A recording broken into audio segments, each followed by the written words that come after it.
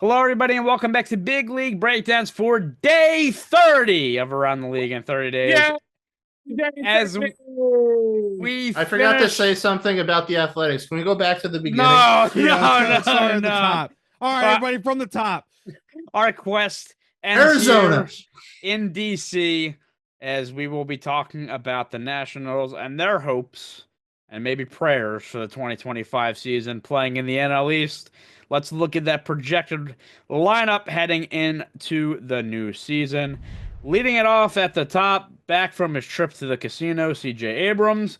Dylan Cruz getting his shot in the majors, batting two. James Wood in the three. Pirates legend and Nationals legend Josh Bell back in the fold. Nathaniel Lowe, an acquisition from the Rangers in the offseason, comes in. Paul DeYoung comes in as well. And on the bench, Ahmed Rosario is another addition and kind of a sneaky addition as well. Could be a nice little producer for them off the bench. The platoon option. Looking at their pitching for the season, got Mackenzie Gore at the top. Trevor Williams coming back from an injury-filled 2024. Jake Irvin, Mitchell Parker, and Michael Soroka. In the bullpen, holy mother of God, I haven't seen this name yet. Shunasuke Agasawara. That's not right, but he comes in. Lucas Sims. That's not right. Colin Posh and Jorge Lopez, Mets legend, who went out pretty And they crazily there in New brought York. back Kyle Finnegan. And they did bring back Kyle Finnegan, yes. And that is your look at the 2025 Nationals. Now getting into the storylines. The big question, really, a lot of young talent on this team. Can the Nationals continue to grow in the new season? Of course, as mentioned before, CJ Abrams had a nice year last year as he kind of took off. You're bringing in Dylan Cruz, who Against uh, all odds, he took off. against all odds. That's hey, I like that one. Hey, it took me a second. It took me a second. Dylan Cruz there. Will is not amused. Dylan Cruz there. James Wood. So a lot of young guys will. I feel like this season for them is gonna be what it's been for them for a lot of years. Is they just got to see these guys take the next step. They did better than I thought they would last year, which I know we had this whole thing at the beginning of last season where John and I were like, they're gonna be poo, and you were like, no, they're gonna do okay. And you were right, kind of, because they were a lot better than what we thought they would be. At least what I thought. They had the exact same record, I think it was, as the previous season. So they literally did nothing. But there's one glorious thing that is different about this team, and that's that it's that Patrick Corbin is gone. So the worst pitcher in baseball is off your team for some reason. He's on the Rangers, but he's off your team, and so now you can finally grow. They definitely showed signs that they're ready to take the next step by bringing in Nathaniel Lowe via trade. Helps solidify their position at first. Bringing back Josh Bell too is a nice offensive addition. Paul DeYoung is still a flyer, I think, because he's not been consistent, but he had a pretty decent year last year, and he's had times when he was on the Cardinals that he showed some power numbers. I do very much like James Woods, and think he could take a really big step this year. Cruz has got a really high ceiling, and they got multiple pitchers that I feel like have both experience to move to the next level, while also a couple guys that are ready to move up and gain experience. So I think that the Nationals are very much going to continue to creep upwards when it comes to how good they are in trying to get back into competition. The one thing I'm finding harder and harder now that we're at the very end of all of these teams is that there's many teams that I see as potential teams to take the next step. The problem is for teams to take the next step, someone's got to take a step backwards. And then finding who I think is going to truly take a step backwards is the hard part. The Nationals, I think, will do a little better than what they did record-wise last year. But now I'm at the point of, all right, out of all these teams that I think are going to take the step forward, who do I think is going to truly take the step forward to be either a 500 team or on the verge of contending, and who is just simply gaining a couple wins and is still going to be a few years out? Nationals probably on the ladder because of the division they're in. Yeah, I mean their division got better, which is a problem for them. Um, Somewhat of what they did last year. If you remember last year, that of course they had their young guys, and then they had brought in free agents on 1 year deals, veteran guys that they ended up dealing at the deadline. I think this year it is a little more solidified, but you look at their roster. I mean, C.J. Abrams 24, Cruz 23, Wood 22. Nathaniel Lowe, who they just got, is 29. He'll be 30 this year, but I still think that's a nice piece. Luis Garcia is 24. So much young talent on this team. But John, I think again, it's so hard sometimes to, develop talent. It develops talent in general, but then when you're talking about like a whole team that like kind of needs to develop, um, there is a chance that they take the next step. But um, for you, how much of a step are they actually going to take this season? Well, you have two opposite ends. You have two ends of the spectrum here. You have the what is typical, and then you have what the Orioles did. And what the Orioles did was take leaps and bounds forward, whereas the Nats will more than likely maybe get a few more wins than what they had, but odds are they're just looking to progress. I mean, 75 wins is what you're hoping for, maybe 80 if you're good. Uh, but the reality of the situation is that this team, they are too young to be really competitive when you look at them.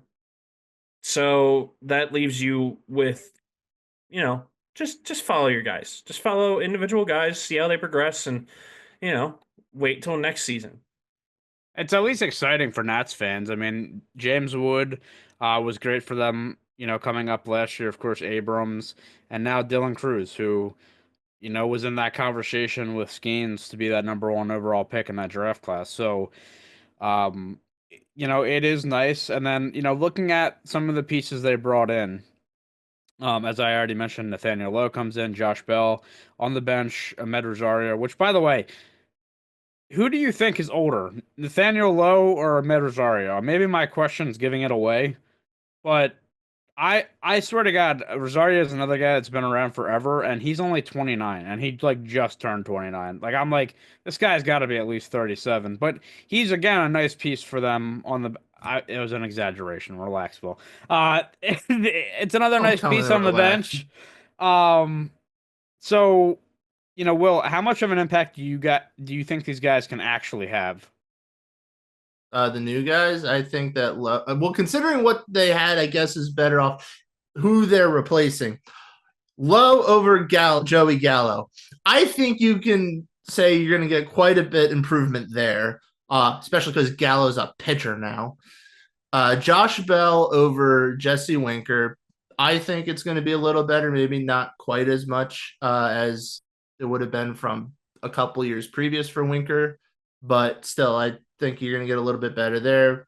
Young over Vargas at third is probably a tad better, and Cruz over Thomas is purely just a matter of if you think Cruz is going to shine in his first look in the majors or not, because Thomas was not that bad of an outfielder, and he went to the Guardians and was very good for them. So I think overall these guys will step up, and Rosario as a platoon slash bench guy, I think is a very nice piece that you can throw into the mix, and he could even get some time at third if DeYoung doesn't produce. John, is there a guy that you look in this batch of players that they brought in that kind of stands out to you? Like for me, I think them bringing in Nathaniel Lowe was a pretty big option, but what do you think about the guys that they brought in? I think they're honestly just a bunch of guys. I mean, Lowe definitely an improvement, like Will said. Bell can still swing a bat, but these aren't really names that will blow me away. So I mean, yeah, they're fine. They could do These are your worse. first steps, Ray. They could do worse. Yeah, I mean, again, I just look at this team, and I think it's a little bit different than the scenario last year where they had brought in a lot of guys to, um, you know, as I still look at John's pretty face, Come look on, at producer. look at I just lost my train of thought completely. They brought in a lot of guys I tend to have that effect on men. that you you kind of knew we're gonna get dealt at the deadline. I think that's maybe the case this year, but I also could see these guys sticking around and try to mold the young guys and try to bring a little bit more of that winning to the Nationals.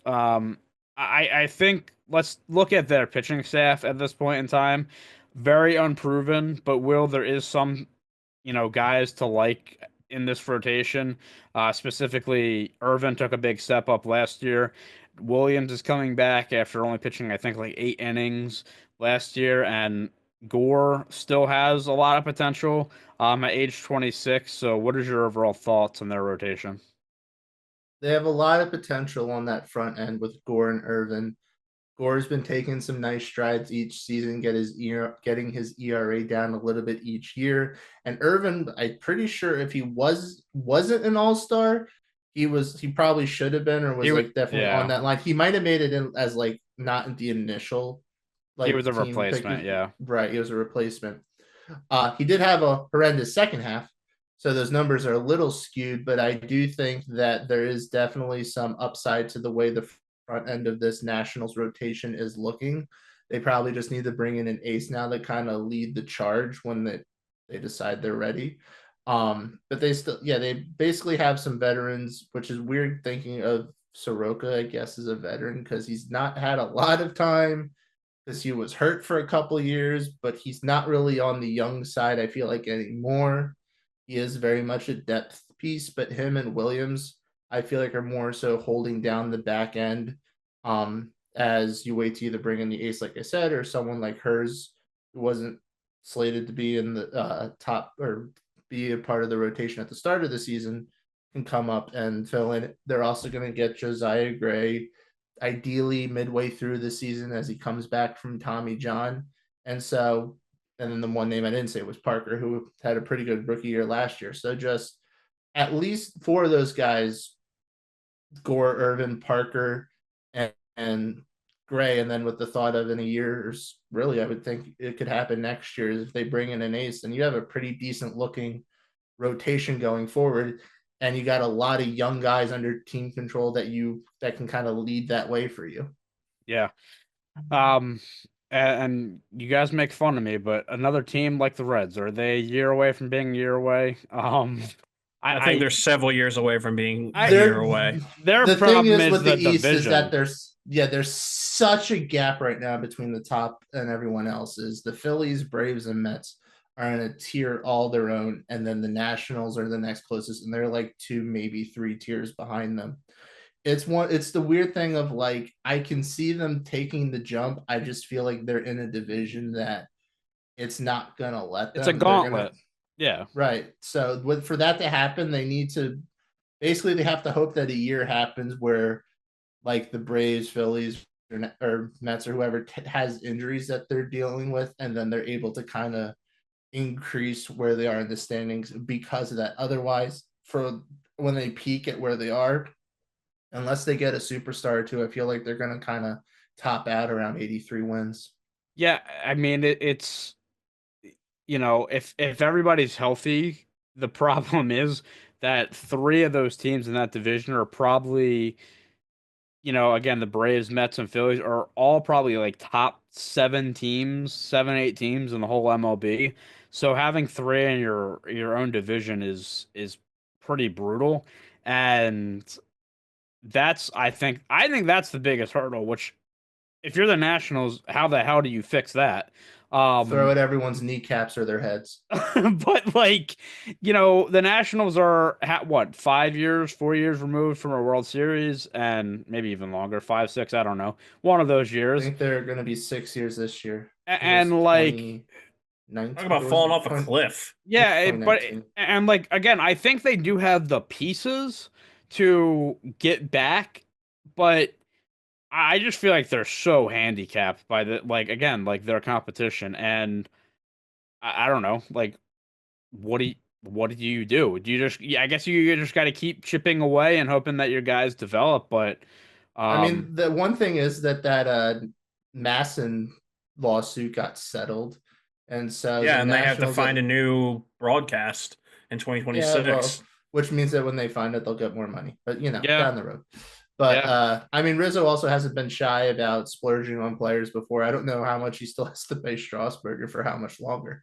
But I yeah. mean, when they signed Jason Worth back in I think it was 2010, they overpaid like crazy to get him. So if they I would feel like if Rizzo feels like they're ready to take the next step and there's a guy that they like, that he's willing to dump a lot on that person to bring it in, especially if he has a lot of homegrown talent to kind of fill out the rest of the roster.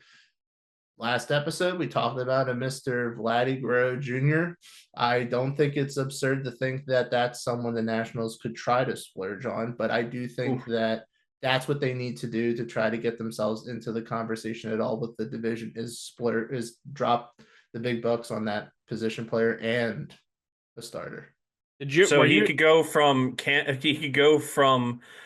his dad's former country to his dad's former team. Yeah, Yeah, basically.